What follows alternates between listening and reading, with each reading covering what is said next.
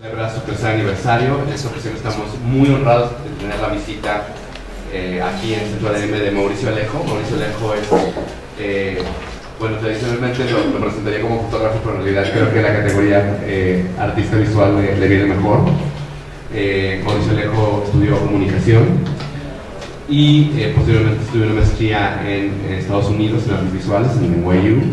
Algo muy interesante es que Mauricio pertenece a una generación de fotógrafos que les tocó un momento bien interesante en la historia del medio.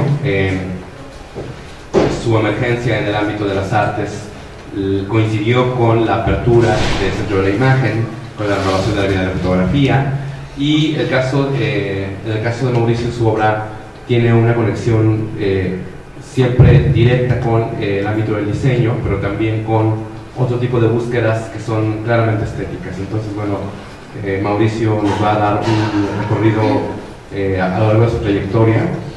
Está de vuelta en México, estuvo viviendo un largo rato en Nueva York. Nosotros estamos muy contentos de que haya regresado a las tierras salvajes mexicanas.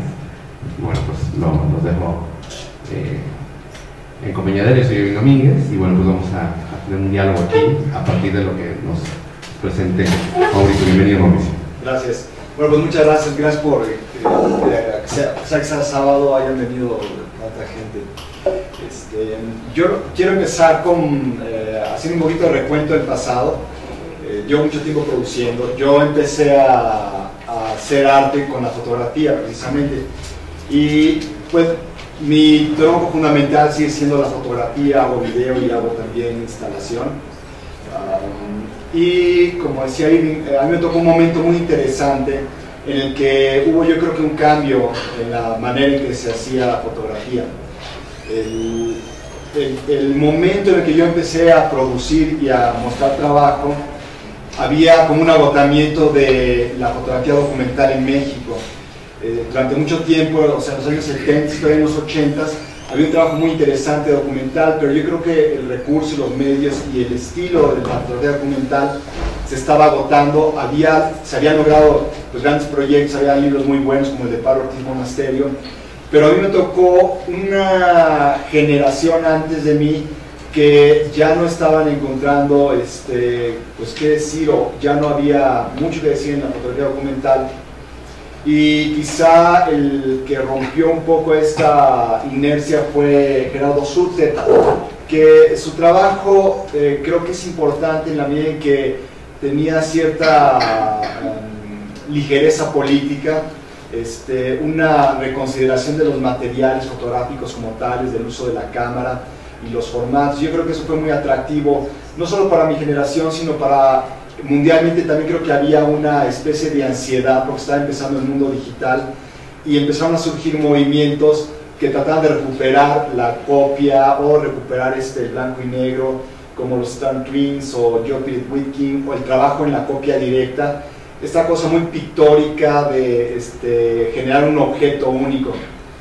Creo que ese fue así como la coyuntura que me tocó a mí. Yo fui un fotógrafo como muchos, autodidacta. No, era la pura fascinación de hacer fotografía lo que me hacía hacer foto. Y empecé muy chavo, empecé como a los 18 años, empecé a fotografiar en la prepa. Y la vez que mi primera exposición fue el resultado de un montón de fotos que pensé que valía la pena que se expusieran. Solamente había la conciencia de un tema que eran los objetos. No me gustaba fotografiar personas y es la única coherencia en todo caso que tenía aquel trabajo. La expuse en un centro cultural y tuve unas críticas muy buenas para mi sorpresa. Llegó un momento en que tenía que empezar a hacer una especie de análisis sobre el trabajo que estaba haciendo y sobre el medio que estaba utilizando. Obviamente empecé con cámara 35 milímetros. Revelaba en mi casa, mis papás tuvieron que sufrir que clausuraran un baño, el medio baño de abajo prácticamente, para que se convirtiera en mi laboratorio, y lo quitaba y lo ponía. Y en este periodo que para mí fue muy bueno, yo creo que por una parte el hecho de no haber estado en una escuela, que lo que me hacía producir era la fascinación de generar imágenes o de crear imágenes. Pero como en todo, yo creo que hay un momento en que uno madura, lo que quiera que signifique eso, y empecé a hacer una especie de reconsideración sobre mi propio trabajo. Y también por azares del destino también empecé a fotografiar con cámara 4x5, que en realidad no se usaba mucho en ese momento porque era pues, un medio es una cámara muy pesada. No es fácil estar ahí peleándote con las placas, con los revelados y las impresiones. Y el primer trabajo digamos, el primer portafolio de trabajo ya había identificado muy claramente que lo que empezaba a mirar era la naturaleza muerta. Y funcionaba muy bien también esa parte ritualística de montar una cámara, ponerla y lograr imágenes. Como era un trabajo que estaba muy basado en el logro visual o en la gama de grises. Estaba muy conectado también a una tradición fotográfica que existía del objeto encontrado.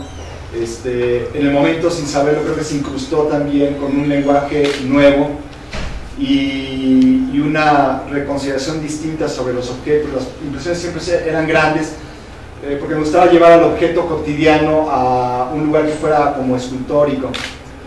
Sin embargo, cuando estaba haciendo yo ese trabajo,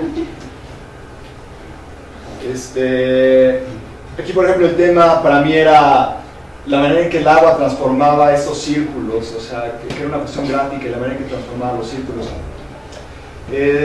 Pero yo tenía ciertas sospechas sobre el trabajo que estaba haciendo. No me gustaba, pero no me gustaba que gustara. Era una cosa extraña. Me parecía que había demasiado control por una parte y también demasiado efectismo en el resultado. Era lo que estaba sucediendo en ese momento. También a la generación que me tocó, que en ese momento, por ejemplo, estaba Gerardo Montiel, estaba Adriana Calatayud, Laura Barrón, Silvana Agostoni, María Delecamp, o sea, un montón. Estábamos trabajando con estas puestas en escenas que yo creo que se sentían refrescantes porque la fotografía estaba haciendo una cosa distinta. Sin embargo, yo tengo mis sospechas en general sobre todo ese trabajo que se estaba deshaciendo del documental, estaba alejándose del documental.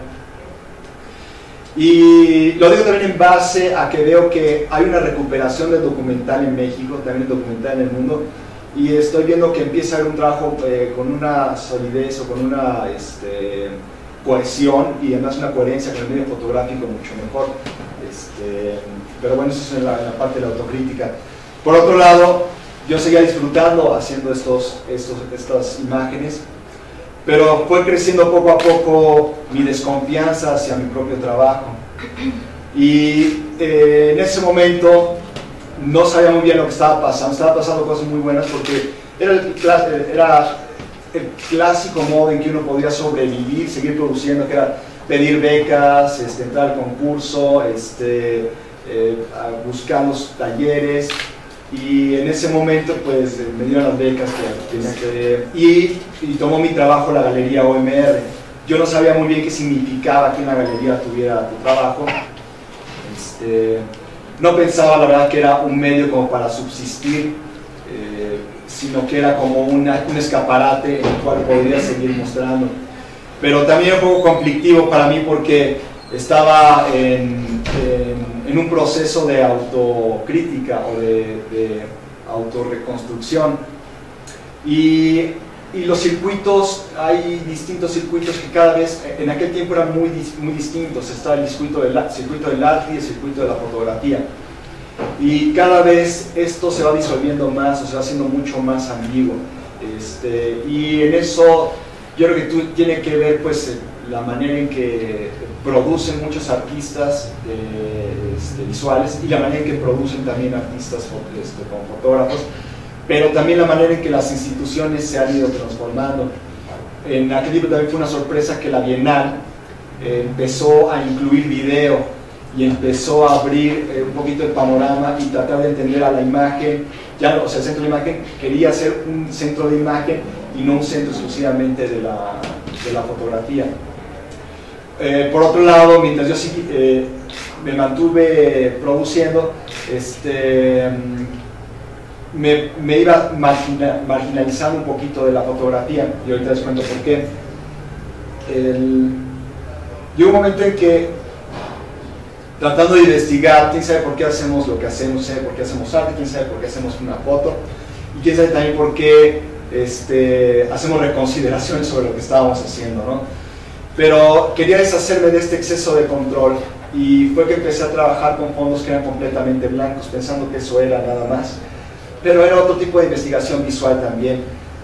A mí, por ejemplo, me fascinaba la manera en que estas dos cajas se transformaban por el hecho de que una estuviera dentro de la otra, o el cable que era una línea, y seguía haciendo un trabajo que tenía que ver muchísimo con el dibujo. Fue más o menos en esta época que hice una pequeña pausa para decir, bueno, ¿qué estoy haciendo? ¿Y qué es la fotografía? ¿Y qué es lo que me interesa de la fotografía? Y había algo que siempre era constante en mi investigación sobre la fotografía, que era esta relación entre la fotografía y la realidad. Desde el punto de vista ontológico, de qué es aquello que está allá afuera y qué es esto que percibimos, qué tipo de signo es la fotografía, y más allá de eso, qué significa la fotografía en la construcción de la colectividad, en la memoria colectiva, el inconsciente colectivo. Mi trabajo en ese momento no iba tan adelantado, pero sí por lo menos en la parte como ontológica, yo siempre me preguntaba cómo se ve el mundo cuando cierro los ojos, o sea, cómo existe para sí mismo las cosas. Y obviamente no tiene existencia solamente a partir de la percepción, pero esta idea del juego fantástico, de que aquello existe de modo para sí mismo, y ese abismo que existe entre lo otro y yo, era lo que me fascinaba de la fotografía, porque la fotografía era un brazo como que alcanzaba aquello, y de una manera nos hacía creer que objetivamente eso existe de aquella forma. Pensando más o menos en teniendo esta inquietud, fue cuando hice ese trabajo. Ese trabajo fue por ahí del 99, o sea que ya era finales de los 90s. Mi trabajo pues ya estaba circulando, digamos que en un circuito donde ya había curadores o había escritores, había crítica que de alguna manera les habían avalado el trabajo que yo había estado haciendo. Entonces de repente salgo con esto y pues no había de dónde agarrarse. Nadie tenía como un asidero, y incluso la misma galería me dijo, ¿qué es esto, Mauricio? Apenas estamos sacando lo otro, ¿de qué se trata? Y fue también ese momento, eso fue en el 99, en el 2000 fue cuando yo me mudé a Nueva York. Este trabajo fue para mí como la sensación de madurar como artista, porque estaba implicando muchos más elementos de lo fotográfico, y también estaba cuestionando muchos otros elementos sobre el fenómeno de lo fotográfico.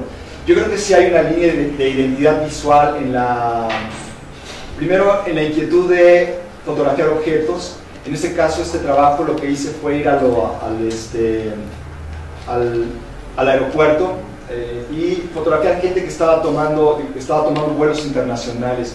Era una especie como de retrato a partir de los objetos que pasaban en las bandas de seguridad. El trabajo, como decía, era investigar esta relación entre la reproducción de imágenes tecnológica y su relación con la realidad, pero también tenía esta implicación del uso de una tecnología. La tecnología fotográfica siempre ha sido utilizada también para el control. Por ejemplo, de los primeros usos gubernamentales que se en Francia de la fotografía fue hacer fichar a las prostitutas y también a los ladrones. Entonces, la tecnología siempre ha estado asociada con los grupos con el grupo de poder o con las líneas de poder. Y en este caso, cuando uno entra a un aeropuerto, queda institucionalizado. Y en esta institucionalización uno cede una parte de la intimidad, una parte de la propia persona y también parte de tu libertad. Y era esta intromisión en la intimidad, pero también cambiar el vector del poder, del que observa siempre, y llevarlo a la galería para que se invierta y el que es observado también pueda ver. En esa descontextualización, en ese momento en que se cambia, pues obviamente también se transforman las imágenes y pasan de tener esta rudeza funcional a lo mejor conectarse con otras expresiones artísticas de la historia del arte, como el minimalismo o la pintura y el dibujo, ¿no? Cuando yo hice este trabajo, fue como mi primer rompimiento con, no con el mundo fotográfico, sino con un mundo fotográfico que existía. Fue también un pequeño alejamiento con la galería, pero también fue el primer trabajo que empezó a viajar a Europa y empezó a interesar a curadores que no necesariamente estaban interesados en fotografía. Hubo obviamente curadores mexicanos, fotógrafos que hacen curaduría de fotografía, que pues, de alguna manera vieron los valores que tenía este trabajo. Juan Antonio Molina, por ejemplo, le gustó mucho. Pero había otros que pues, ya habían dejado de hablar de mí porque obviamente no tenían nada que ver con el trabajo. Y a partir de aquí, que me fui a Nueva York a estudiar, entré en una crisis de identidad fotográfica y artística. En realidad me costaba mucho trabajo poder volver a producir una vez que uno ha generado una crítica, una vez que uno ha generado también, es decir, hay momentos en que no hay vuelta para atrás, hay un camino en que ya no puedes regresar. Voy a abundar un poquito más sobre lo que me gustaba de este trabajo. Otra cosa que me gustaba de este trabajo es que hay una especie como de desaparición del autor, hay una estrategia más que una elaboración, y yo era tan espectador del trabajo y estaba tan abierto tanto para mí que lo hice como para cualquiera que lo estuviera viendo. Lo interesante es que este trabajo me invitaron a participar a la Bienal de La Habana, y la Bienal de La Habana es una bienal eminentemente política, y la lectura obviamente era sobre los sistemas de control. Pero también en Nueva York me invitaron a participar a una exposición, y en el contexto estadounidense o en el contexto gringo, este trabajo había pasado, eso fue en el 2002, y había pasado 2 años apenas de septiembre 11. Entonces lo que veían ahí era una especie como de recuerdo o memoria de aquellos que se habían estrellado en los aviones de septiembre 11. Había una especie de, ¿cómo se dice? No es Mosul, sino como memorial. Exactamente, como un memorial. Entonces la afinidad que tenía ese público con ese trabajo era más emocional y mucho menos crítica. Es interesante, lo digo porque no importa como fotógrafo o como creador, la obra siempre es muy abierta. En la medida en que es abierta también se recibe de distintas maneras, y va pasando el tiempo y también el enfrentamiento que tiene el mismo autor o las otras personas se va cambiando. Yo creo que el buen trabajo es ese, el trabajo que no lleva su fórmula de cómo debe ser digerido, como las telenovelas, por ejemplo. Eso se entiende, se tiene que entender así, así se agota y así se acaba, sino el trabajo que de alguna manera implica, pero no dirige, y se mantiene abierto. Yo, por ejemplo, no me he dado cuenta de esta maleta. Yo vi esto, lo de Dolce & Gabbana, y ya después viéndola con cuidado pensé, debe ser de una chava, porque está el cinturón, pero yo creo que ese es un perfume, y después allá arriba está la... Ajá. Y después yo creo que estas curvitas de acá han de ser para sostener el brasier, no sé,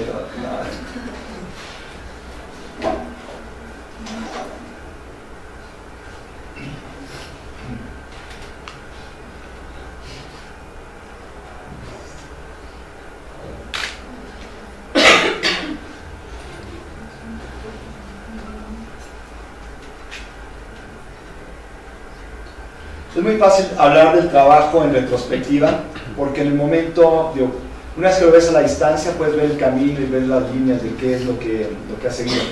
Pero en el momento, la vez que no sabes qué estás haciendo, o no sabes muy bien hacia dónde va, o qué es lo que va a suceder, o qué es lo que va a provocar. Y también esa pues ansiedad o no saber bien, también es muy estimulante. Pero bueno, dejé de producir un tiempo, y por 2 situaciones: porque estaba haciendo reconsideraciones sobre mi propio trabajo, estaba tratando de entender lo que estaba haciendo, y cambiar de país obviamente también es muy difícil. Dejar de producir y empezar a estudiar de nuevo y estar leyendo mucho era una situación muy complicada. Y mientras no estuve haciendo foto y no podía hacer foto, fue que empecé a hacer video. Pero empecé a hacer video. Voy a hacer una fotografía aquí que para mí es seminal porque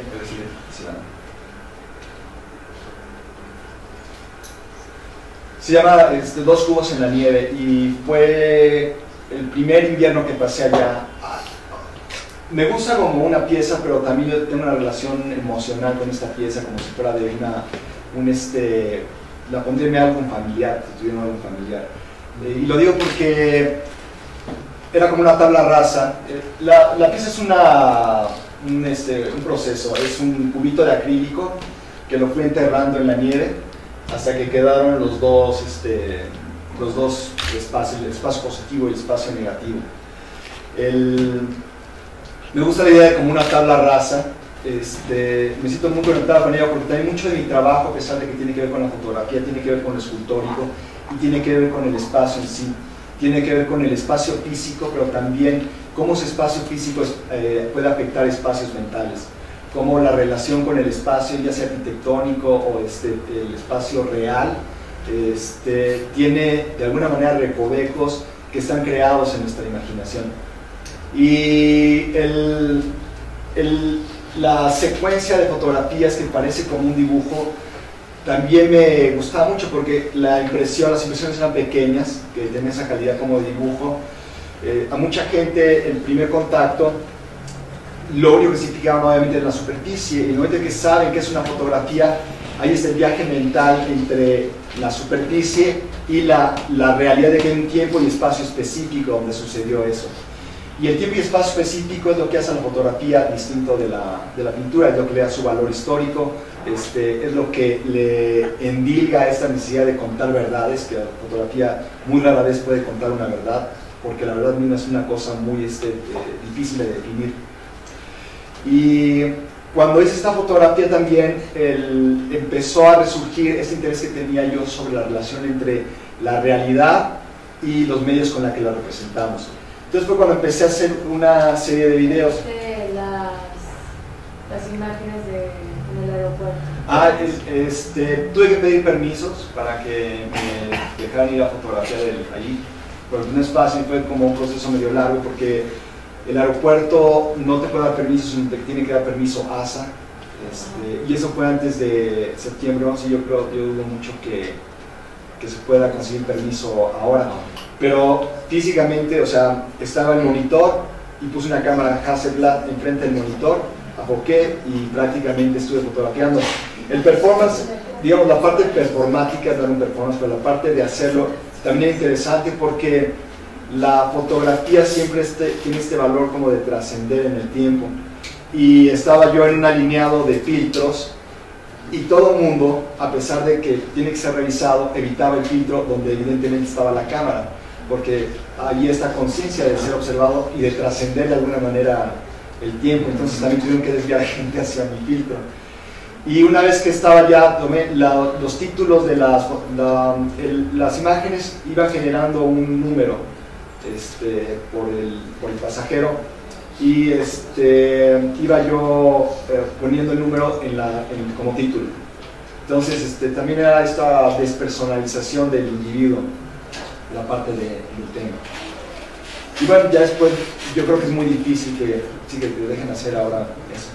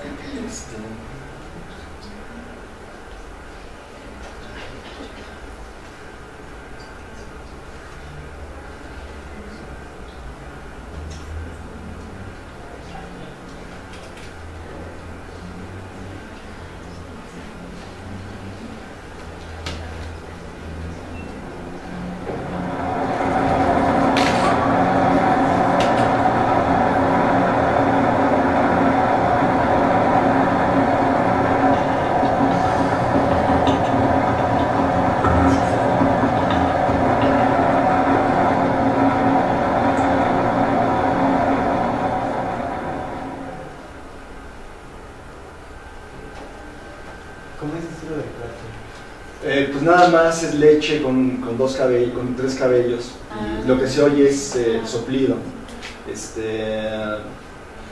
Yo creo que son videos muy cortitos y el título parece como que es una obviedad ponerlo, pero a mí me interesa porque el título construye una estructura verbal y esa estructura verbal parece que es el andamiaje también de la realidad y de esta realidad, pero de repente cuando esa estructura verbal se ve traicionada por la realidad visual o por aquella otra realidad, se destruye o se deconstruye este edificio y lo único que queda es la relación con los materiales, o sea, con la leche, con el plato.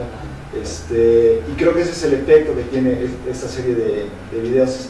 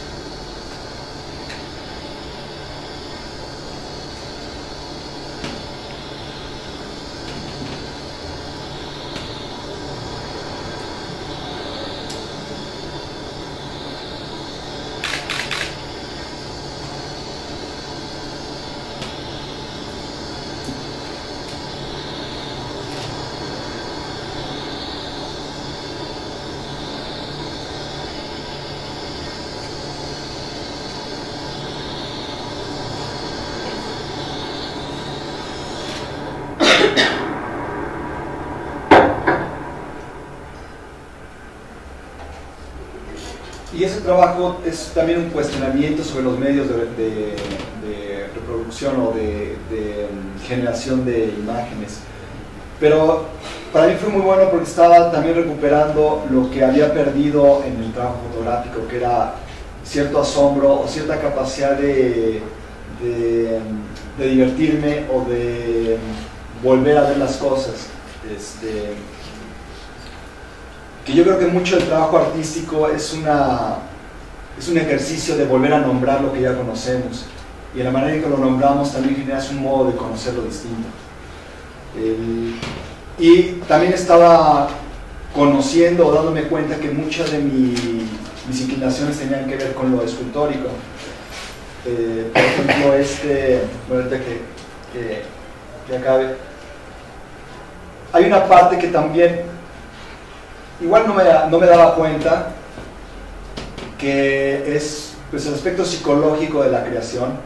A mí no me gusta hacer lecturas psicologistas en la creación, siempre las hay porque uno no puede separarse del propio trabajo, pero sí representan una etapa, por lo menos en mi vida, en el que había mucha fragilidad o había una sensación de vulnerabilidad, y muchos de estos videos no solamente eran vulnerables en la relación con la realidad, sino también eran líneas pequeñas, eran cosas que apenas estaban a punto de desaparecer. Y hice esta serie de videos que pues eran casi como personales, y empecé a mostrarlos como casi por accidente.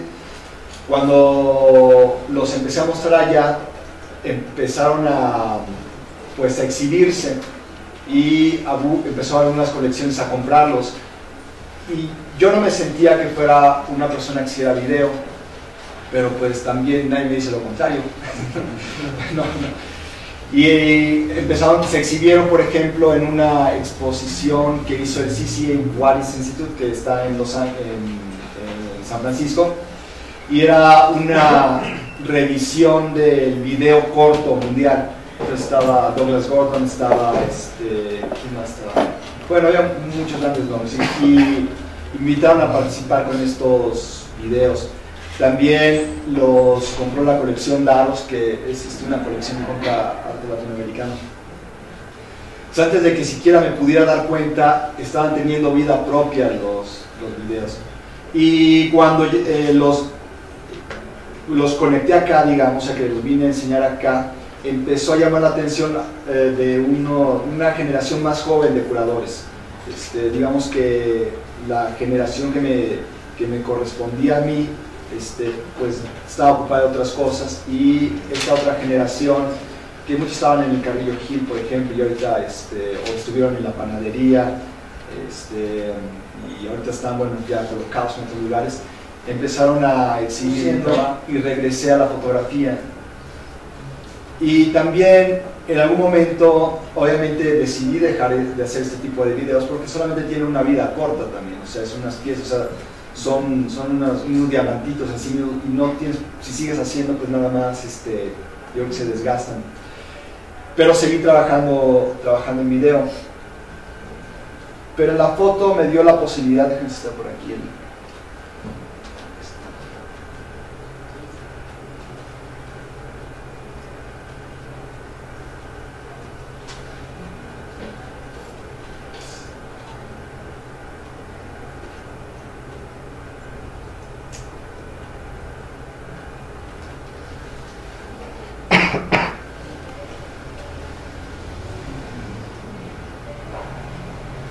Me dio la posibilidad de hacer cosas que ya no tenía que manipular tanto.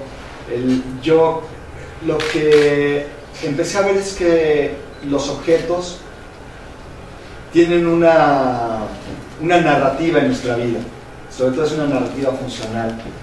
Y esta narrativa con la que nos relacionamos de una manera tal que la vida se vuelve sencilla, puede de repente ser irrumpida, y la irrupción en esta narrativa puede generar ecos que son los que sorprenden en la fotografía.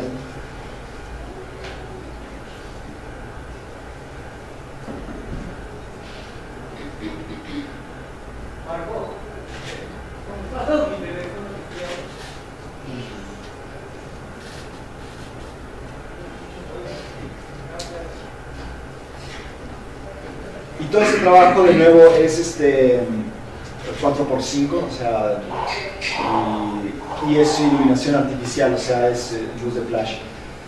Mi intención también era recrear la iluminación más o menos que había en el lugar.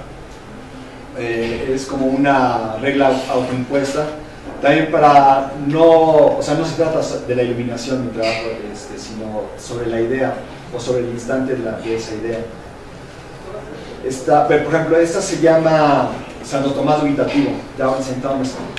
Fue la primera exposición que tuve en Nueva York, precisamente tenía ese título.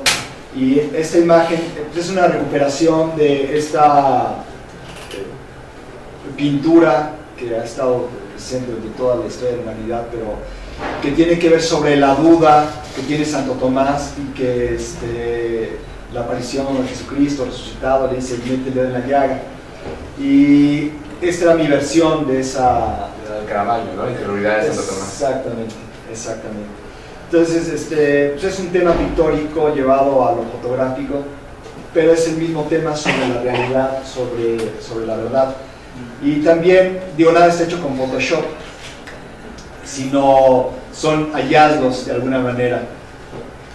Este se llama goteo, y es un jabón que lo dejé en la gota que siempre caía, y es como una especie de despojo un poquito monstruoso, casi como humano, como si fuera una prótesis.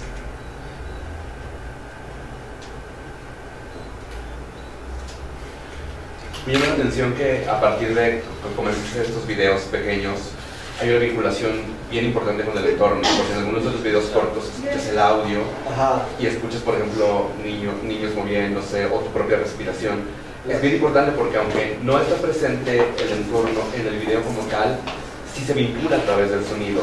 Esas imágenes tienen mucho que ver con, o sea, son hallazgos o son una serie de un juego de elementos en un espacio controlado, pero finalmente es un entorno doméstico, es tu entorno, exactamente. Exacto. Es algo que sucede porque lo provocas, y no, o sea, es decir, otro fotógrafo hubiera preferido poner un ciclorama blanco, puro, que aquí en realidad tú ves el espacio donde te estás moviendo, es decir, te casa el zapato, el tenis en el lugar donde... en la esquina de las puertas, es decir, o sea, es reconocible, pero incluso lo interesante es que a pesar de que es reconocible que es un entorno doméstico, tiene una carga biográfica, es decir, en realidad es solo un pretexto, pero genera una vinculación de todos modos, porque es un entorno reconocible. No tienes toda la razón, no había pensado en el sonido, cómo generar una especie de paisaje del entorno, no había pensado, pero está ahí.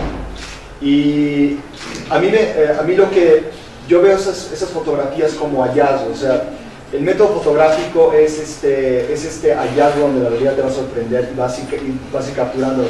En ese sentido no es así porque yo construyo esto, pero creo que el hallazgo sucede en mi cabeza y es nada más, la fotografía se convierte en un medio de convidar o de participar o de convidar en una experiencia. Y el entorno doméstico es muy importante y no lo sé por qué, no me parecía coherente y eso fue también lo que dificultó o para mí hizo que entrar a la instalación fuera mucho más difícil, porque me parecía traicionar a la idea o traicionar la primera intuición y llevarla a un cubo blanco. Sin embargo, después lo logré y creo que tiene que ver con que fueron ideas que estaban más, permitían más esta manipulación y quizá no requerían de este ámbito emocional que tiene el ámbito doméstico. Son esas partes donde también el autor ya no puede hacer más crítica, o sea, ya no puedes también decir por qué ahí, por qué específicamente en ese lugar, no lo sé. O sea, lo que sí es que donde tomo las fotos, o trabajo en ese lugar, o paso la mayor parte del tiempo en ese lugar, o es definitivamente mi casa. Es experiencia y observación, es una combinación de ambas. Pues, o sea, las cosas ocurren porque estás en el lugar y sabes que en este lugar es donde es cierto, algo puede suceder a partir de la reunión de... Exactamente. Elementos. Por ejemplo, aquí me parecía muy aleatorio el color cremita del suelo, que obviamente es un sublet, pero me gustaba la manera, a lo mejor hasta quizá chocante, que tiene que ver con el color pistache de la bolsa, y estos colores también que son muy aleatorios. Entonces hay una especie como de obediencia a lo que está sucediendo afuera, de sometimiento, y es donde uno pierde el control precisamente, o donde permites que hay cierto nivel de control, pero hay otro nivel donde se te dicta desde fuera, y esa parte para mí así fue lo que me liberó precisamente el video.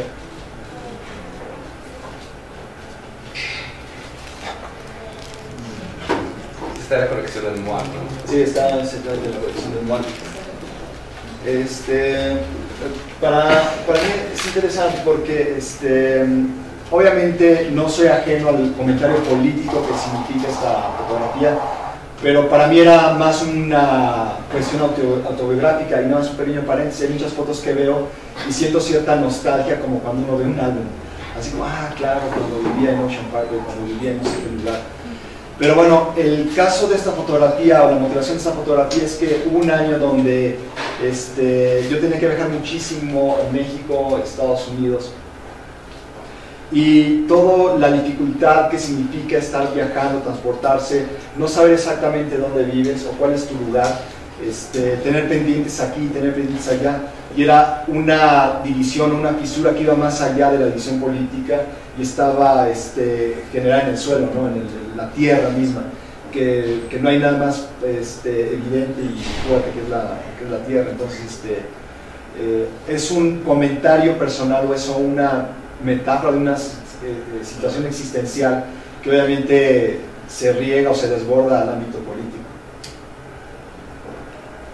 Por ejemplo, es exclusivamente escultórica la intención, o sea, me gustaba ver la rigidez que tiene el floss, o sea, ¿cómo se llama? El hilo dental. El hilo dental, y cuando lo hacía así, dejaba muchos espacios entre Pero también el color es muy importante en todo el proceso. Incluso los videos en donde aparentemente no hay colores monocromo, es importante que estas decisiones son importantes. Es importante, sí. Yo creo que la decisión de esos videos son tan claros, no fue muy consciente, pero también un poco de timidez, de no querer incluir nada, pero también de llegar a lo mínimo, reducir hasta lo máximo y quedarte únicamente con aquello. Para mí fue muy sorpresivo cómo a pesar de que reduces todo, no se puede encuadrar, no puede dejar, o sea, hay algo ahí, no hay grado cero del significado. Y hubo una maestra cuando vio el video de Crack que le gustó muchísimo y me dijo, ¿qué usaste? Le dije, leche. Y me dijo, ¿y qué usaste? Ah, ese cabello de mujer, de la que era mi esposa en aquel momento. Me dice, ok, ¿y hubieras utilizado otra cosa distinta de la leche? Y le digo, no, la leche. Y dice, porque los materiales son importantes. Y en ese momento yo no estaba entendiendo muy bien. Y le dije, pues sí, deben ser importantes. Y no había tomado en cuenta que la necesidad de que fuera leche, podría haber agarrado pintura, la diluyo, y cuál es el problema. Y la lectura que ella hizo de ese video era un rompimiento, y ese primer rompimiento que tiene que ver con el rompimiento materno, esta parte como de independencia. Lo más extraño es que justamente en ese periodo de mi vida estaba pasando por rompimientos de muchos niveles y en muchos aspectos, desde como artista, profesional, la madre patria, lo que sea, y como persona también. Entonces, para mí fue un descubrimiento, no puedo hacerme ajeno a esa lectura, me pareció una lectura increíblemente sensible. No fue la intención de hacer el video, pero ahí está. O sea, no se puede evitar uno no puede dejar de hacer lo que es.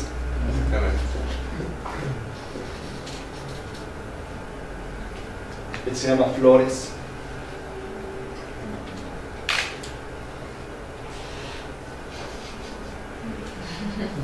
Me gustaría que estuvieran en otro orden, lo lamento, pero así también, bueno, lo van a ver así muy como completo. Se llama Hot Water, agua caliente, y era el proceso de cómo iba desapareciendo la imagen a partir del vapor. La pieza es padre, son piezas grandes, pero la última, lo único que te queda es la superficie de la fotografía y se ve obviamente el grano. Sí, bueno, sí, hay un poco, sí, obviamente hay vaho en el lente, pero también el vapor hace que no se pueda ver. Este se llama Inside Out y lo que hice fue voltear el interior del litro de leche hacia afuera. Entonces me gustaba su versión y que el interior se convirtiera de repente en la piel del objeto. Este se llama Memoria de mi departamento anterior y a mí me gustaba mucho el departamento donde vivía antes porque entraba la luz de sol y pues iluminaba todo. Pero durante ese tiempo también me estaba cambiando muchísimo de casa y sabía que en cualquier momento no iba a pasar más de un año y que me tuviera que cambiar de nuevo. Y lo que decidí fue dibujar la memoria de los rayos de sol en un papel y me lo llevé al siguiente departamento. Entonces en este departamento no entraba sol y lo que hice fue poner eso en el suelo. Entonces es una especie como de memoria nostálgica de lo que no hay, la recreación de lo que pudiera ser. Memoria del espacio, finalmente. Memoria del espacio también. También es leche, es en un lavabo y es la manera en que se convierte en una escultura. Esto para mí fue muy interesante porque era de las primeras veces en que yo estaba consciente que la fotografía se convertía en un vehículo de documentar una experiencia, pero al mismo tiempo ejercía su propio modo de vivir esa experiencia. Lo que quiero decir es que la leche se solidifica, no hay modo de que constates que es leche, pero en el lugar ahí donde yo estaba le soplabas, entonces veías como los ripples, o sea como las onditas se hacían y de repente parecía como si esa porcelana se transformara entera en algo líquido. Es algo que no puede existir en la foto y empecé a pensar que eran dos medios completamente distintos, que está el medio escultórico que podría llevar esto o no a la galería y está la imagen fotográfica. A veces pensé en esta idea de llevar a la galería, pero me parecía muy fuera de contexto, no sabía cómo justificar esto. Y tampoco es que tuviera que justificarlo, otro artista agarra, se lo lleva y lo pone y se acabó, no hay por qué hacerse más preguntas. Pero para mí fue el inicio también de la pregunta sobre lo escultórico. Si les cuento todas estas cosas porque para irles platicando cómo se van encadenando inquietudes con otra, cómo unas van deshaciendo aquellas, y a veces te vas quedando en la medida que eres capaz de observarte a ti mismo a través de lo que haces, cuáles son los intereses que tienes. Es un espejo. Y de nuevo, la verdad es que me chocan las interpretaciones metafóricas de mi trabajo, pero no puedo evitar. Porque pues es la cama, es que puede tener con el sueño, con ese otro espacio que se abre hacia abajo, a lo mejor al infierno. No era nada de eso para mí, era pero pues ahí está, no sé.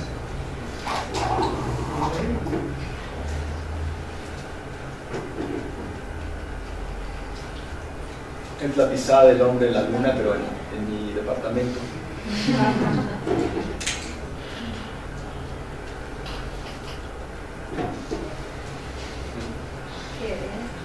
Una naranja que tiene sí, exactamente. Es un poco monstruosa.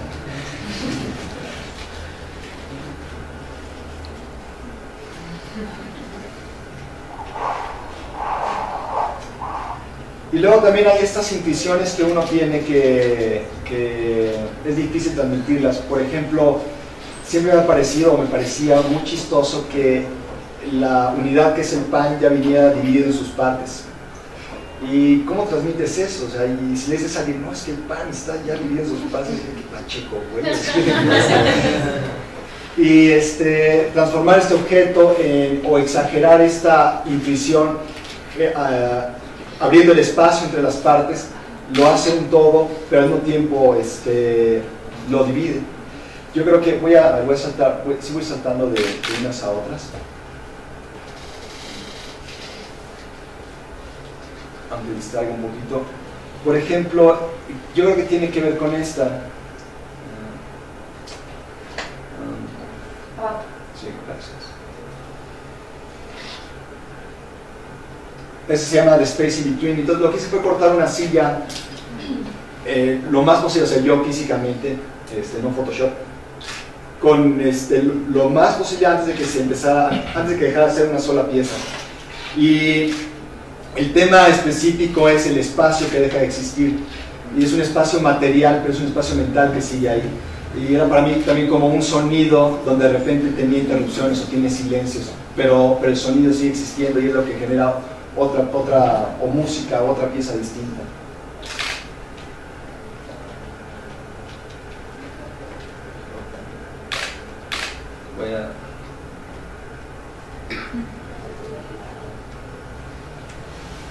Bueno, la constante, como ven, es estas ideas que se me ocurren, estos hallazgos, como le llamo, en mi cabeza. En este caso específico, para mí esto es como una reflexión sobre la naturaleza de lo fotográfico o de la superficie fotográfica, donde el hilo sucede como una pintura o sucede como una línea, se llama softline. Pero entonces está el mundo real, donde esta línea tiene un peso y una densidad y una sensualidad, o sea que tiene una existencia física. Entonces que existen esos dos elementos, una misma imagen, era lo importante para mí. Esta, por ejemplo, es una colección de almohadas de gente que para mí es importante, así que los despojé de sus almohadas. Quería que fuera un día, pero finalmente fueron 2 y ya me estaban llamando. Pero a mí me parece, o sea, es una columna que está edificada en el centro del espacio que es la sala. Yo creo que es una escultura muy optimista en el sentido de la comunidad, se llama To Dream, se llama soñar. Por otro lado, me gustó usar almohadas porque es una prenda muy personal. Yo creo que más personal que eso los calzones nada más, porque pues, la gente duerme en ella, pasa por lo menos 6 a 8 horas y de hecho no tiene idea que olía el cuarto, o sea, era muy concentrado, o sea, era una humanidad entera ahí. Y la intención es precisamente esta construcción escultórica que tiene, como por ejemplo la del PLOS, el hilo dental, pero empezaba también a experimentar sobre otros materiales, se puede llamar un armado material.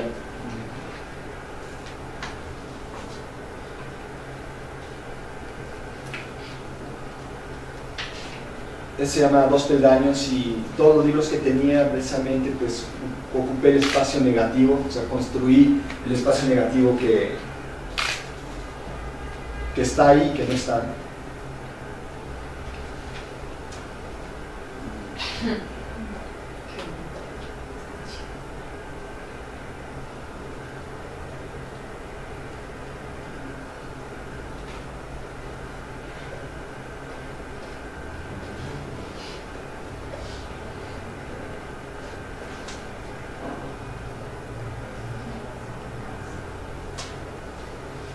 Aquí, por ejemplo, para mí estuvo muy claro cómo opera mi cerebro cuando vi esta terminada, porque siempre que veía de este lado, pues se me hacía como que había un signo de más cuando faltaba la toalla, que se me hacía que era un signo de menos. Entonces nada más era como efectuar una ecuación, es decir, prestarle donde había más a donde había menos.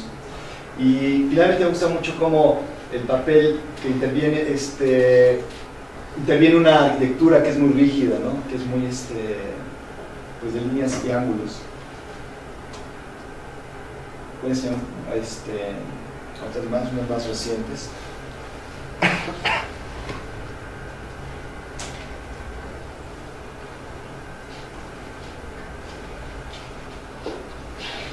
Esta, por ejemplo, el globo de abajo es está inflado con mi aliento y el de arriba es helio, y los hice de tal manera que se mantenían flotando en el espacio. Es una especie como de balanza en equilibrio, pero en lugar de ser horizontal es una balanza vertical.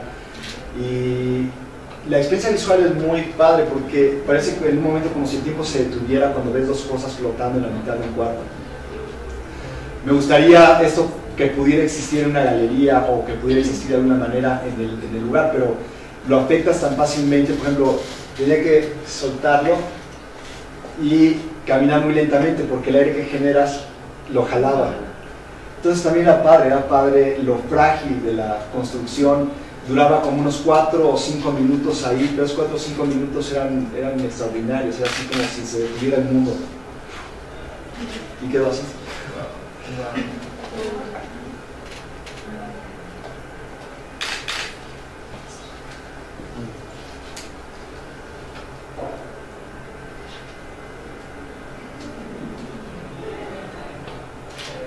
Esta fotografía se llama alineación cósmica, Cosmic Alignment, y estas pelotas están alineadas con el Sol, y una hace un eclipse en otra, en la otra. La segunda, que era como brillante, se puede ver el reflejo del eclipse de la pelota. Y no pensé que iba a suceder eso, pero fue uno de esos accidentes fortuitos. Y en algo de mi trabajo, y ahorita vamos a ver las instalaciones, esta relación entre el universo personal, este universo íntimo, y el universo que está allá afuera, que finalmente es un solo universo, no podemos escapar de esto donde estamos.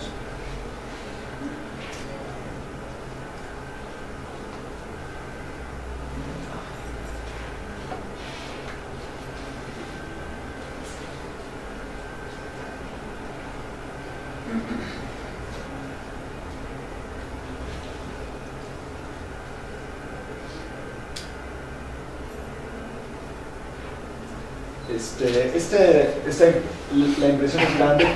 Obviamente todo el peso de esta fotografía recae en el lugar donde el lápiz toca la mesa. Y digamos que como que las líneas van dirigiéndose hacia allá. Hay mucho del trabajo que tiene que ver con esta sensación a veces de fragilidad, o a veces de tensión o de desaparición. Y en este caso de cierta como interdependencia que tiene la mesa al lápiz y el mínimo toque que tiene la mesa con el lápiz. Aquí, por ejemplo, son unas maderas que dependen unas de las otras para esta edificación, o sea, no llevan pegamento ni nada. Entonces la fuerza de esta sostiene a esa, que sostiene a aquella, que sostiene a la de arriba. Pero la de arriba genera una fuerza que hace que también esté sostenida. Entonces es como las pinzas también, que tienen esta interdependencia. Creo que no trato de hacer metáforas, pero hay cosas que pueden ser metafóricas en cuanto a la manera en que funciona el mundo, a la manera en que funcionan las cosas, a la manera en que funciona el pensamiento, que es interdependiente o que depende una de la otra, aunque parece que no están relacionadas.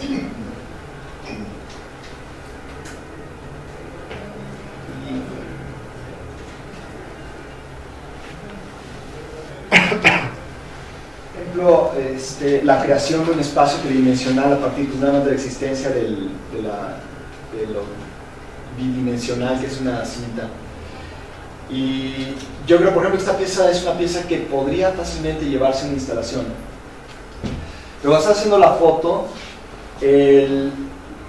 hay cosas que no te das cuenta, que no sabes qué es lo importante, y te das cuenta cuando no empiezan a funcionar como tú quisieras. En este caso, la verdad es que estaba muy fácil ponerlo. Tuve que ingeniármelas para poder pegar de un lado y del otro, pero de repente había un momento en que a veces el pegamento no funcionaba y empezaba a perder tensión, y esta pérdida de tensión no me gustaba, muy al contrario del papel de baño donde existía esta curva. Aquí había como una fuerza cinemática en presente, como si fuera algo que se disparara así, como si fuera un bang, algo así, y ya se me había quedado en la cabeza que eso tenía que suceder. No tardó mucho en suceder, pero si yo llevara esto a una galería y empezara a hacer eso, no me parece que funcionaría. Y otra cosa que tampoco me explico es por qué de repente hay un grupo de imágenes que uno genera que tienen conexiones en una parte donde uno no pensaba que iba a tener conexiones. Y me refiero precisamente a estas líneas de tensión como esta,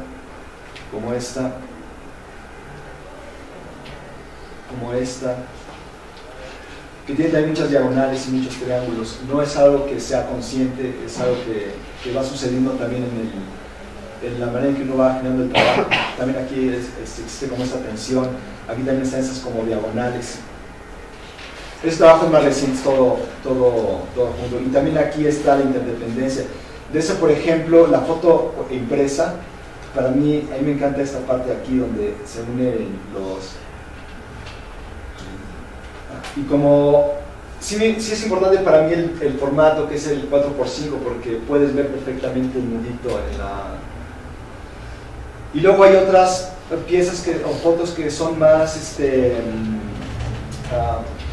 entrópicas, como esta, que no tiene mucho poder en el sentido de fuerza o tensión. Este se llama Big Fish, y es como, por poner una hoja contra hoja y otra hoja, este libro se vuelve como una unidad, o se sumerge en el otro.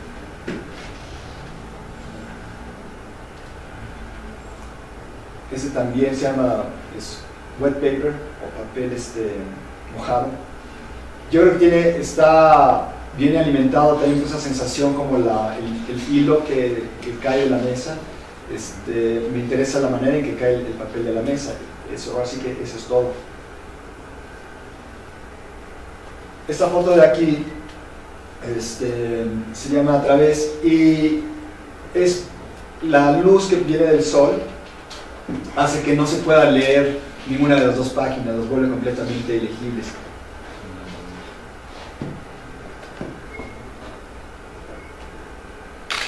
Y bueno, esta es una pieza reciente, más reciente, y tengo otras que todavía no he escaneado, porque bueno, tomo las fotos, las escaneo y las imprimo. Y es una investigación sobre la cuestión escultórica, pero materiales específicos en la casa, como la alfombra, las formaicas, las paredes, que todavía no sé exactamente dónde va a aterrizar, pero me tiene muy contento. Y para entenderlo quizá habría que ver muchas más, o a lo mejor si ves muchas más no entiendes nada. Y quiero mostrarles unos videos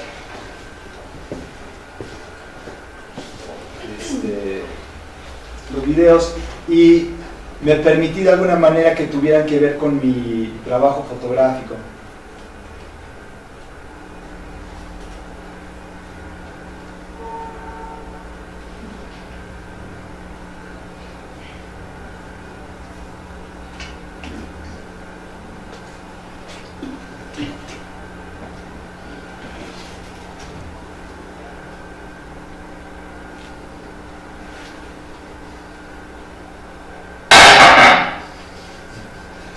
Se llama Powerlessness, que sería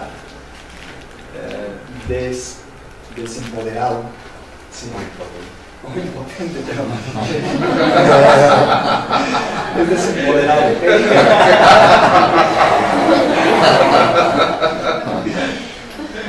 Sí, todo el mundo se reía, ¿no?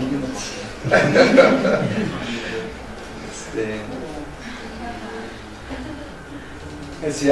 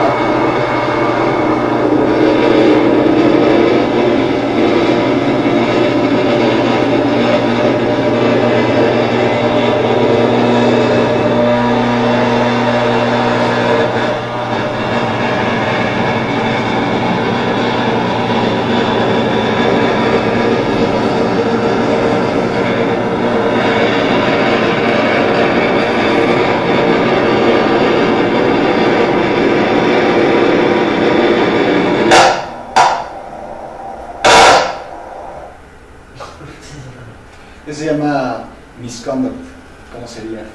Bueno, mal portado. Se llama Container.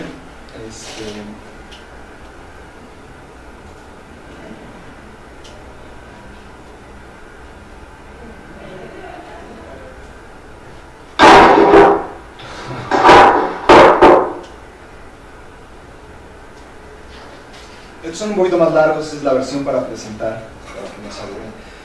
Se llama Container. La idea es que esto lo hice para una exposición específicamente, y mientras las fotografías eran como emblemáticas de estas construcciones que duran poco, y digamos que el triunfo de la fotografía frente al tiempo, estaban los videos donde estaban esos pequeños accidentes o de construcciones o autosabotajes.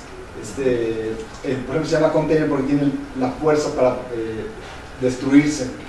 El otro es Misconduct porque finalmente él mismo se desconecta, ¿no? Y déjame enseñarles otro video. Este es un video más reciente.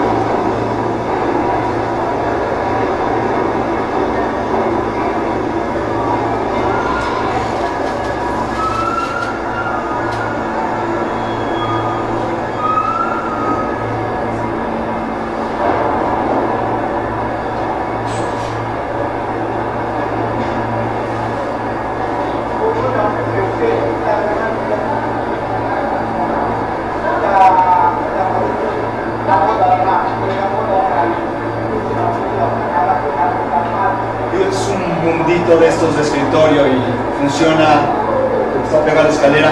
Me gustaba la idea de este movimiento inútil de la escalera eléctrica, de repente cargarlo de sentido, y el mundo, o la réplica del mundo en el mundo real, y el mundo funcionando, ¿no? La gente caminando, la gente pasando. La verdad es que el mundo es algo interesante, o sea, estas réplicas del mundo, porque primero es el único modelo que no puedes ver al lado de lo que representa, a menos que estés en un satélite, ¿no? Y hay tantas versiones del mundo como países, porque cada país puede hacer su mundo, y de hecho hay un lugar donde tú puedes mandar a hacer tu propio mundo con tus decisiones políticas. pero este imaginario de algo que no podemos ver y que durante, a lo largo de la historia ha generado distintos mapas, distintas geografías, distintos modos de entenderlo desde que cuando no existía el mundo redondo. Habrá que ver, por ejemplo, cómo tiene los globos terráqueos Israel, considerando Palestina, o Hezbollah si tiene un globo terráqueo, a ver si existe Israel, en fin, ¿no? O sea, es una narrativa política la creación de los mundos que creamos los hombres.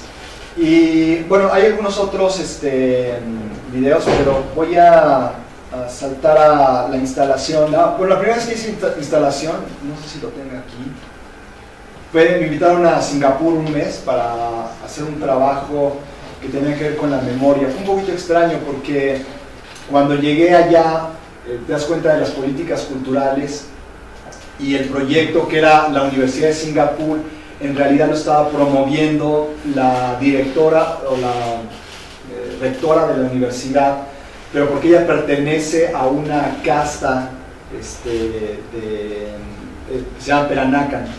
Y la cultura Peranakan fue la primera que empezó a influir en Singapur, fue los que crearon el estado de Singapur de alguna manera, pero obviamente pues es como la institucionalización de esta cultura dominante.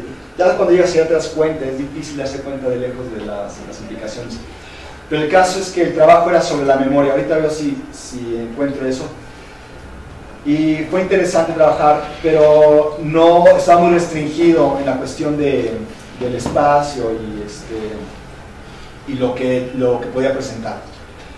Pero cuando pude hacer un trabajo mío, hice esta exposición que para mí fue muy buena porque también me permitió hacer una especie de investigación sobre el tema del espacio y el tema de los materiales. Esta instalación son unas bolsas de plástico comunes y corrientes conectadas a unos tubos transparentes con Durex y van conectadas al final de a la salida de la galería. Y bueno, lo que pasaba con esto es que el aire de afuera inflaba las bolsas, pero también cada momento que soplaba el aire por los pasillos de las calles, además de que lo escuchabas, veías como las bolsas inflaban y había esta especie como de interdependencia o de una especie de ser pseudobiológico dentro, o esta relación entre el adentro y el afuera. En esta misma exposición puse esta instalación que se llama Túnel, y era una secuencia de espejos dentro de la galería.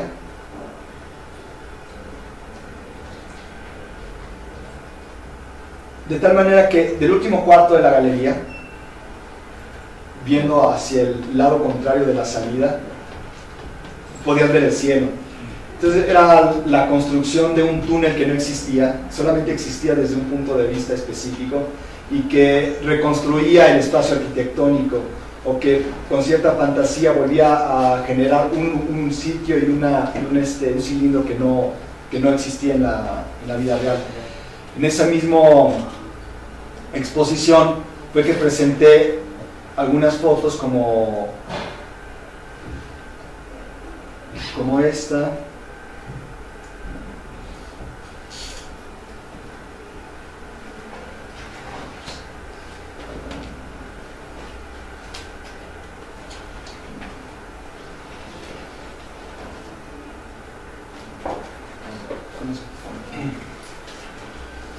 No quiero poner.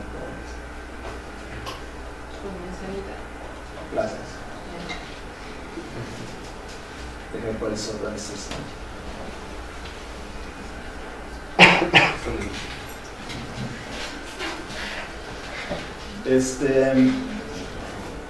Se llama Atomic Landscape.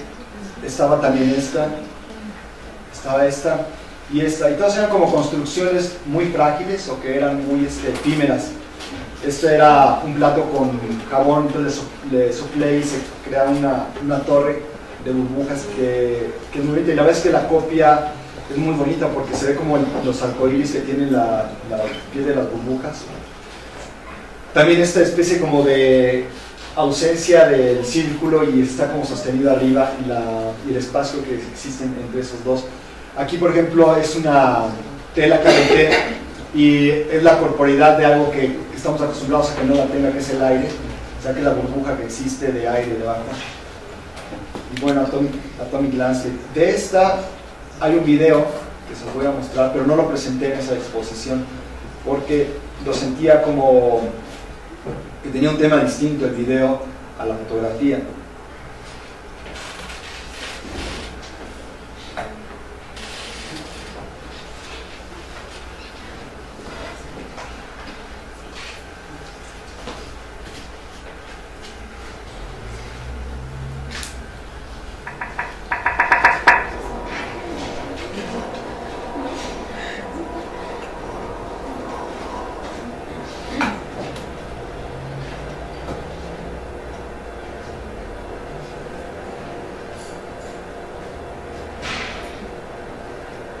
¿Te has seguido realizando instalaciones? No, últimamente no. ¿Te gustaría? Sí. De hecho estoy pensando en algunas. Porque algo muy interesante es, en efecto, bueno, gracias a esta expo tienes experiencias en dos niveles, es decir, quien está en la galería tiene una experiencia particular a raíz de cómo conoces ciertos materiales en este lugar, y otros son las representaciones, ¿no? O sea, video y foto. Exactamente. Sí, yo creo que la instalación es un medio muy poderoso y engancha a las personas de muchas maneras, desde el punto de vista físico y desde el punto de vista del cuerpo y la visión y qué es aquello que está en los materiales. Y eso aprendí justamente cuando estaba haciendo la instalación. También tiene muchos problemas porque nunca sabes cómo va a funcionar. Y en el caso específico de estas instalaciones, yo no había tenido la oportunidad de probarlas, pero el show ya estaba programado. Entonces era así de, ojalá funcione, porque si no, no sé qué voy a presentar. Y es muy interesante también cómo vas lidiando con el tema de las bolsas, por ejemplo, podrían estar en el suelo, o podrían estar colgadas, o podrían estar pegadas a la pared, o pueden estar cerca de la puerta. Y todas estas decisiones van sumándose al significado de la pieza misma. Creo que en ese sentido es muy interesante porque tú habías hablado del tiempo y el espacio específico. Tienes una cierta arquitectura, un cierto espacio dentro de la arquitectura, y la manera en cómo dispones de los elementos también crean un propio espacio, es decir, alteran el espacio original, a la funcionalidad del espacio, e inducen a experimentar ese espacio de una cierta manera, ¿no? Que es una cosa bien padre de la instalación. Sí. Es decir, a veces, porque por un lado puedes dialogar con la arquitectura, o al contrario, buscas no dialogar con la arquitectura para generar otro tipo de experiencia en el mismo espacio. Sí, y la arquitectura del espacio es fundamental, o sea, no puedes, no se vas a llevar una pieza y va a vivir solita, sino que exactamente tiene que vivir con el espacio. Yo creo que hay como, la fotografía es una especie de, como cuando desdoblas algo, como, es decir, está este mundo donde nos relacionamos el uno con el otro en este momento, en este tiempo, y de repente existe un espejo, y en el espejo ya hay una dislocación, es la palabra, una dislocación en el espacio, donde ya tú no estás aquí, sino tu imagen está allá, y empieza a existir un concepto que está fuera de ti mismo, o sea, ontológicamente es algo distinto, o la experiencia, y de ahí que haya tanta fantasía sobre el espejo en la literatura, en las artes, porque es esta capacidad de desdoblamiento. Pero incluso, por ejemplo, ayer yo iba en el elevador y coincidimos yo, una señora y su hijito, ¿no? Entonces yo le dije al niño así, hola, entonces se escondió detrás de su mamá y no me podía ver, pero me estaba viendo por el espejo, y el espejo era un segundo yo que era inofensivo de alguna manera, porque cuando se asomaba y lo veía, él se podía esconder, pero me veía muy cómodamente a través del espejo. Y la fotografía logra esta dislocación, ya no solo en el tiempo, sino también, no solamente en el espacio, sino en el tiempo, y es cuando la imagen empieza a existir, y esta idea que tenemos de la imagen también. Y es cuando la logran fijar en una superficie y que trasciende el tiempo, también se puede catalogar, se puede ordenar, y se puede generar sistemas de control frente a la realidad. Y finalmente la imagen es información y es con lo que lidiamos ahora, ¿no? O sea, la cantidad de información que generamos ahora y también la cantidad de control que le damos a otros por la existencia de esta información, pues es el tema en el que vivimos, ¿no?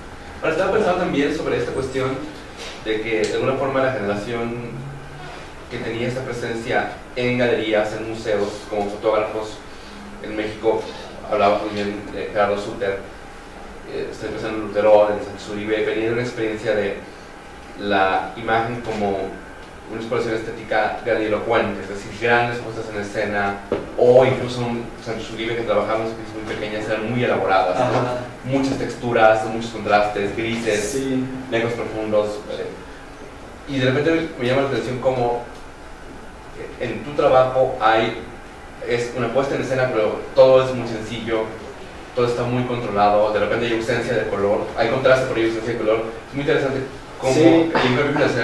A mí ahora lo veo, es decir, no, de una puesta en escena casi, no diría espectacular, pero sí muy elaborada a algo mucho más puntual y como bien relacionado con los detalles que se trabajan, es decir, muy fenomenológico. Sí, exactamente, es una buena palabra. Yo creo que dos cosas. Me parece que el trabajo de Sánchez Uribe, de Gerardo Suter, venía conectado, familiarizado con una tradición del arte matérico, que también vivimos muchos. Yo creo que, y esta visión de la materia y la textura que da la fotografía, y yo creo que muchos nos empezamos a deslindar precisamente de eso, en la medida en que lo matérico le corresponde a la pintura o le corresponde a la escultura. Y creo que la fotografía empezó de nuevo a fijarse en lo que le corresponde, que es la información, o si no la información, el concepto o las relaciones entre las formas. No deja de haber una relación entre lo pictórico, obviamente, y lo fotográfico, y un juego de las formas. Pero yo creo que también este autor que existía, que se relacionaba de manera muy matérica y objetual con la fotografía, también ha ido desapareciendo. Y en la experiencia fenomenológica, a mí me resulta muy interesante porque mucho de mi trabajo tiene que ver con esta experiencia inmediata y básica, que pueden ser los colores o puede ser una sensación, que hay mucho en el trabajo minimalista, ¿no? What you see is what you get. Y el trabajo puede ser, o una pieza minimalista puede ser la distancia que existe de aquí hasta allá y la incapacidad que tienes de ir hasta allá. Y a veces nada más que eso. Y a mí me gusta a veces no pensar demasiado el trabajo. A veces esa intuición, y lo único que tengo que ver es si logro que esa intuición se logró como en un amplificador, una voz. Sí, es una modulación, porque es de no tener expectativa a alterar la expectativa. Y a partir, o sea, y es decir, por ejemplo, esto de whole line, todas estas piezas, o sea, es como tú ves y tú lo ves y tú como escultor, no, bueno, veo una línea, no hay expectativa y de repente irrumpe el dedo y claro. Se genera una dislocación, se genera ahí un cambio, pero bueno, puedes volver a soltar, sacar el dedo y la línea se restituye. Exactamente, sí, ahí. Y la materialidad de repente que existe en la línea. Y digo, todos los trabajos tienen eco porque que la materialidad que tiene la línea también tiene que ver un poco con la foto donde está el hilo sobre la mesa, donde es un dibujo de alguna manera sobre la mesa, pero tiene peso, tiene escultura también. Una parte yo creo que importante del proceso creativo es, y la más difícil, es la autoedición. O sea, la autoedición de qué es lo que vas a hacer, de si es significativo o no, y esa palabra es muy amplia y muy difícil de definir, pero si tiene resonancia con lo que tú haces. Porque hay muchas ideas que se me ocurren que no tienen nada que ver con lo que a mí me parece que vale la pena decir. Por ejemplo, la del lápiz que está con la mesa, realmente el tema es el lugar donde se toca la mesa con el lápiz, y que esté sostenido por estas líneas, o sea, por estas otras líneas que son los hilos. Cuando lo hice, no sabía que esas líneas iban a ser tan poderosas, estos hilos, siendo tan delgados, iban a tener tanto poder en la imagen. Y después el vaso de agua también fue fortuito porque tenía que sostener un hilo de esa altura y no quería que saliera del cuadro. Luego dije, ¿un vaso de agua? ¿Qué es un vaso de agua? Y no sé, quise no pensarlo demasiado, quizá porque la transparencia era lo suficiente para que pudiera existir ahí, pero también tiene mucho peso. y funciona, lo dejé ahí. Entonces hay una especie también de permisibilidad con inmediatez cuando te de pues si alguien tiene preguntas, creo que es un muy buen momento para que ustedes le indican algún comentario también al trabajo de Mauricio. Preguntas técnicas también se vale, sí. Está padre. Gracias. Gracias. De las últimas imágenes, la botella, ¿cómo se hizo ese efecto de la burbuja, ¿no? Que es... Bueno, eso es fortuito porque le pone un poco de goma a mi hijo para que se fuera a la escuela bien arregladito, muchacho. Y por alguna razón, quién sabe cómo se hizo esa burbuja que cada vez diario, cuando lo guardaba estaba así, o sea, se iba la burbuja arriba, y cuando lo ponía abajo volvía a explotar.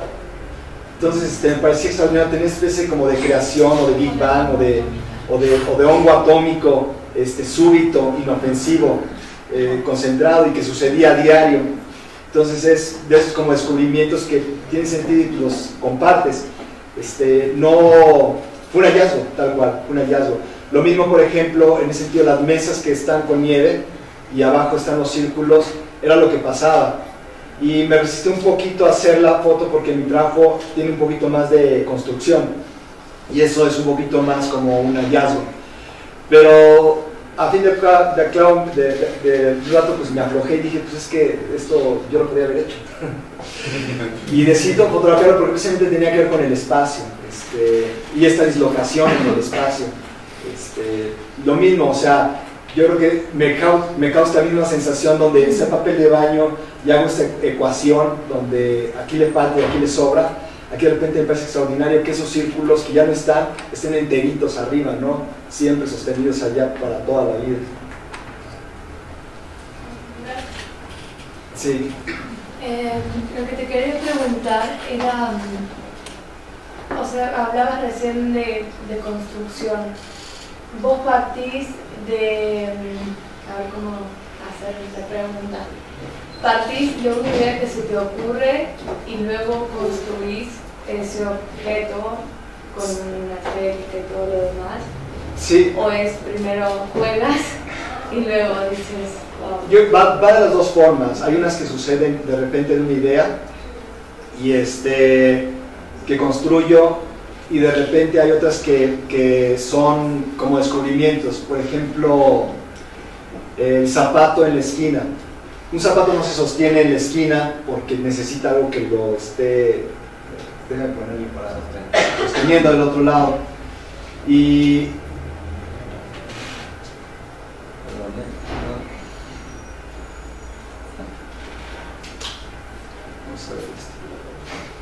o sea, requiere precisamente de que exista algo que lo sostiene ahí.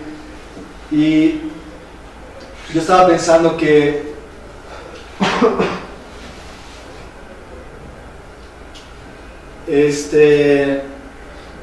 en esta como intervención del espacio o esta inmediatez, pensaba, ¿se podrá quedar mi zapato allá arriba? Y me gustaba la idea de que se quedara por sí solo. Y un día pues lo agarré y lo puse, no tenía planeado que fuera una fotografía. Entonces lo puse ahí y lo dejé ahí por semanas porque no estaba usando ese zapato y usaba otros. Hasta que me pareció que por alguna manera extraña ya tenía su lugar ahí el buen zapato. Y esta experiencia de que una cosa de repente estaba en otro lugar y volvía a hacerme mirar allá, valía la pena fotografiarla. Otras son ideas, por ejemplo, la del globo. La del globo, muchas veces, había ocasiones en que había un globo que llevaba a mi hijo, algo así, que se quedaba flotando y durante un tiempo quedaba flotando. Pero era el momento en el que estaba en equilibrio con la cantidad de aire que había perdido. Y me parecía que se podía balancear, porque a veces se empezaba a caer, o si flotaba mucho le puedes poner algo. Entonces pensaba que dos esferas idénticas flotando en la mitad del aire visualmente generaba equilibrio, pero también era una experiencia de equilibrio física. Y cuando se me ocurrió que podía poner un globo debajo, me parece que todo tiene sentido y que vale la pena hacer la fotografía. Entonces no hay como un orden. Por ejemplo, de las pelotas, a lo mejor viene de esta idea de los modelos de los mundos que hace cuando uno es niño, y utilizar lo que tienes a la mano, que son pelotitas, y que de repente este mundo infantil o este mundo de ordinariedad esté conectado con el sol, de alguna manera dignifica a todo este mundo, a todas estas ocurrencias que podrían no tener mayor trascendencia. Y cuando lo armé, pues pensé, está muy bien, y la cuestión fortuita de que se reflejara y se hiciera un eclipse, pues bueno, son cosas que suceden. Pero digo, no, hay cosas que descubro, por ejemplo la de la silla. Una vez vi una silla que estaba rota, pero nada más le faltaba una parte, pero me parecía mágica el espacio que hacía falta. Entonces fue que pensé que podría romperse en tantas piezas. Yo creo que la gente pasa igual de esa silla y pues no se le ocurre nada más pegarla en todo caso. Pero bueno, es una... Muy de igualdad. Exactamente, muy de igualdad. Sí, gracias. Sí. ¿Cuál fue el primer hallazgo que hizo que Mauricio decidiera dedicarse a eso? ¿A esa serie de fotos o a las fotografías? A la fotografía. Fíjate que es interesante porque sí he hablado de eso. Yo quería estudiar cine, o sea, siempre hay esa inquietud, ¿no? De hecho, yo pensé que iba a ser poeta, pero era muy mal escritor. Entonces, cuando me di cuenta de eso, abandoné muy rápidamente esa beta, aunque estudié letras y eso. Pero la primera vez que tuve una impresión visual fue cuando vi un libro de un autor que se llama Lázaro Blanco, que es mexicano, y que obviamente viene de toda esta corriente de abstracción un poquito geométrica, cubista, muy moderna. Pero yo tenía como 15 años, se daba en el Museo Carrillo Gil, y estaba ese libro ahí, que se llamaba Tiempo de Luces o algo así. Y cuando vi las primeras fotos me impresionó que la realidad, a partir de la edición, no lo pensaba así, por supuesto. Yo no pensaba, ¡uy, qué padre se ve! Y me sorprendía que eso lo veía en todo momento, o sea, en cualquier lugar podría haberlo visto yo. Nada más que de repente hay un modo de verlo, hay una ventanita por la cual verlo. Y yo creo que así en la foto, pero también el arte es así, es una ventanita especial, es una especie de estructura que el artista genera a través del cual va a volver a ver el mundo. Y yo creo que el buen arte, bueno, quién sabe si es el buen arte, pero el arte que uno adquiere es el que le ayuda a transformar el mundo de nuevo. Y que de repente ves la ley y dices, esto parece una pieza de este cuate, o esto podría ser un performance de este cuate, o esto tiene los elementos. Y estos lenguajes que no son verbales son los que hacen habitable el mundo. Lo hacen habitable, lo hacen gozoso y lo hacen transformable. Bueno, nos has mostrado y muchas cosas de tus trabajos son hallazgos, ¿no? Sí. ¿Cómo decides qué hallazgo se queda para ti y qué hallazgo va a salir al público y que le puede... Bueno, me imagino que no lo sacas pensando que le puede interesar a los demás, ¿no? Pero... ¿o por qué decides sacar algo al público y otra cosa decir, no, esta foto es para mí, o esto que encontré es es muy interesante porque sí, en el proceso de edición de las ideas hay unas que se pueden realizar y otras que no. Cuando realizo, porque hay fotos que nunca muestro, o sea, hay fotos que no muestro, porque también yo creo que hay dos personas en mí, una que actúa como creador y otra que actúa como crítico. En la medida en que yo puedo ser público de lo que acabo de hacer y aproximarme a esa misma pieza con una ingenuidad como original, pienso que ya pasó la prueba. Cuando veo que eso que hice está demasiado complicado o requiere demasiadas andamiaje intelectual alrededor, pienso que no vale la pena. Y yo creo que es la personalidad de cada artista. Yo creo que sí hay una ingenuidad infantil en mucho de mi trabajo, y de inocencia. Lo único es que esta inocencia también puede rayar en el comentario filosófico de alguna manera, y en la medida que veo que desemboca ahí, que no sé muy bien por qué, pero desemboca ahí, es que funciona. Y yo creo que ya el momento de mostrar es un momento de compartir, es un momento de comunión.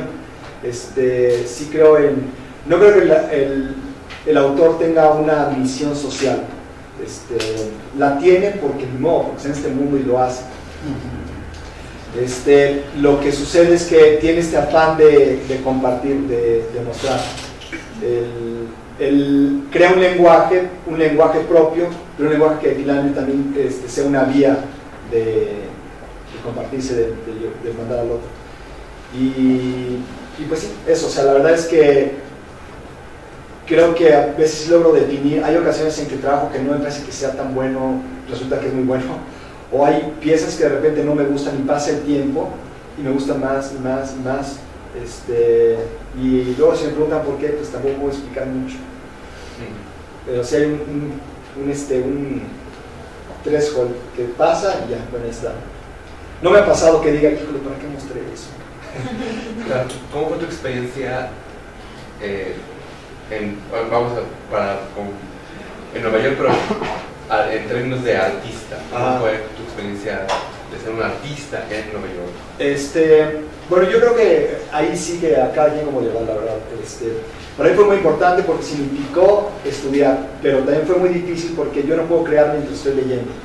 Cuando estoy leyendo mucho, en ese momento estaba haciendo como ilustraciones de las ideas que según estaba yo teniendo. No se había decantado nada, ni lo había absorbido de tal manera que fuera parte de mí mismo. Entonces, el primer año fue muy frustrante, era muy difícil, era muy demandante en el sentido de leer y pensar. Pero fue muy fructífero después porque una vez que estas lecturas, las que eliges, que sean parte de ti, empiezan a generar también una estructura y pues como andamiaje que sostiene lo que estás haciendo. Yo aprendí mucho también ahí a verbalizar lo que estoy viendo como si no fuera yo quien lo hiciera. Y eso fue muy, muy valioso, también porque me ayudó a entender el trabajo de otras personas y de también entender verbalmente los hilos conductores. Sigo creyendo que la experiencia visual es una inteligencia distinta y que no necesariamente quien puede verbalizar mucho va a generar mejor trabajo. Incluso en los talleres mi experiencia es que muchas veces el que más elocuente es el que tiene el trabajo más delgadito. Y hay quien no, hay quienes las dos vienen muy bien juntas.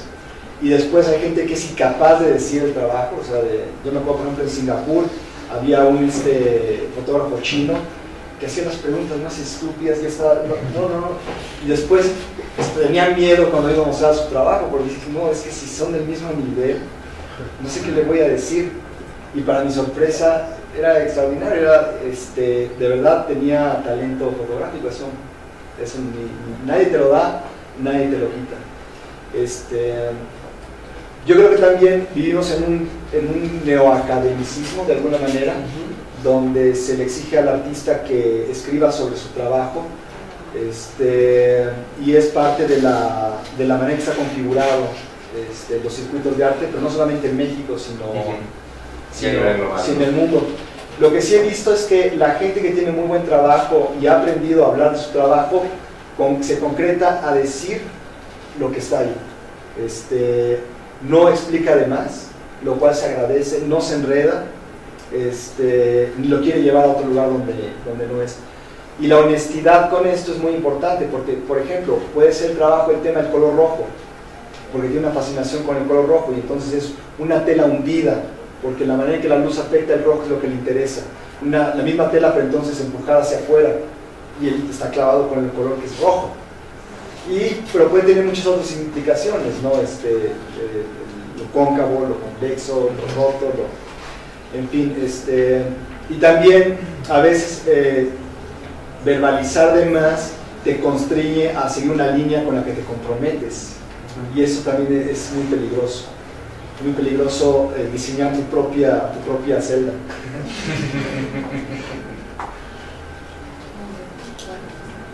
¿Alguien más tiene una pregunta?